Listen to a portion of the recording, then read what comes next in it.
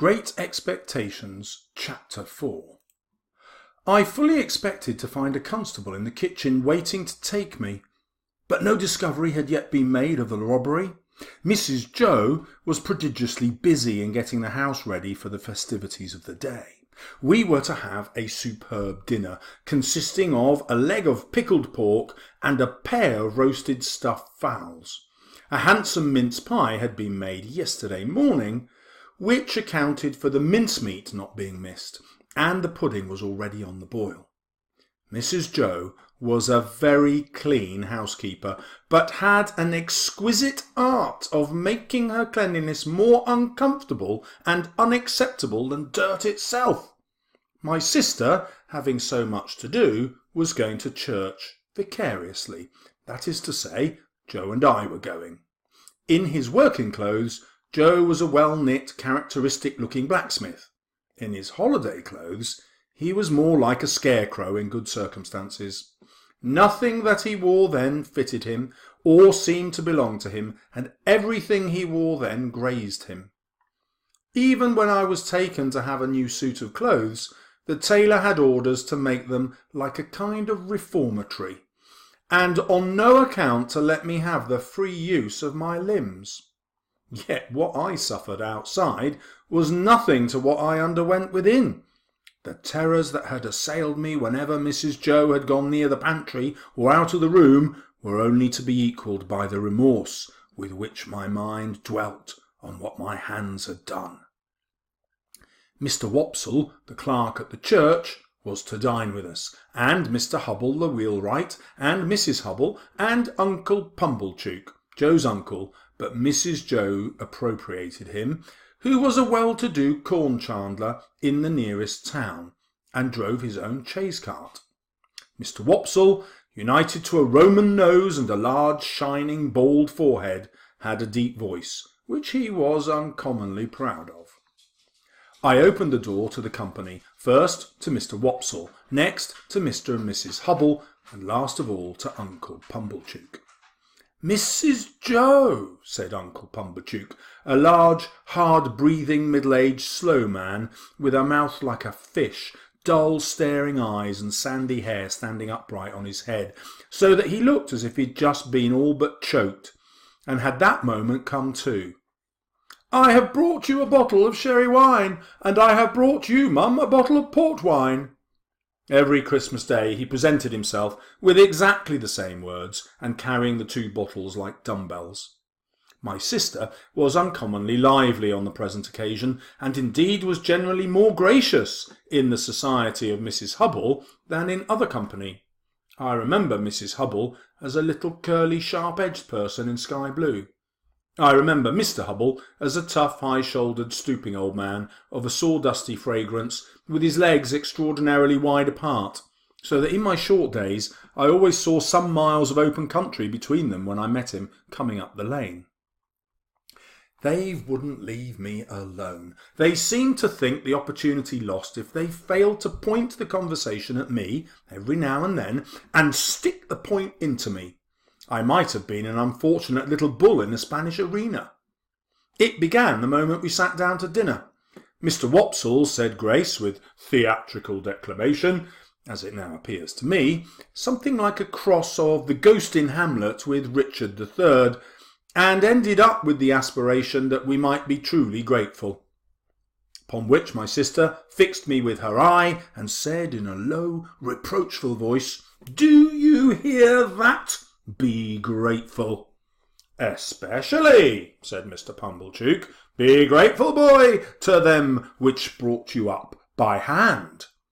Mrs. Hubble shook her head, and contemplating me with a mournful presentiment that I should come to no good, asked, "Why is it that the young are never grateful?"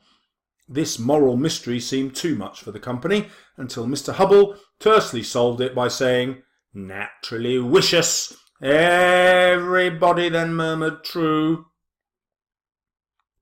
and looked at me in a particularly unpleasant and personal manner. Joe gave me some more gravy. "Swine," pursued Mr. Wopsle in his deepest voice, and pointing his fork at my blushes as if he were mentioning my Christian name, swine were the companions of the prodigal. The gluttony of swine is put before us as an example to the young. I thought this pretty well in him, who had been praising up the pork for being so plump and juicy. What is detestable in a pig is more detestable in a boy. Joe gave me some more gravy. Well, but I mean a four-footed squeaker, said Mr. Pumblechook.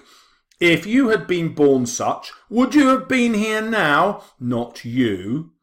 Unless in the form, said Mr. Wopsle, nodding towards the dish. But I don't mean in the form, sir, returned Mr. Pumblechook, who had an objection to being interrupted. And what would have been your destination? Turning on me again. You would have been disposed of for so many shillings according to the market price, and Dunstable the butcher would have come up to you as you lay in your straw, and he would have whipped you under his left arm, and with his right he would have tucked up his frock to get a penknife from out of his waistcoat pocket, and he would have shed your blood and had your life. No bringing up by hand, not a bit of it.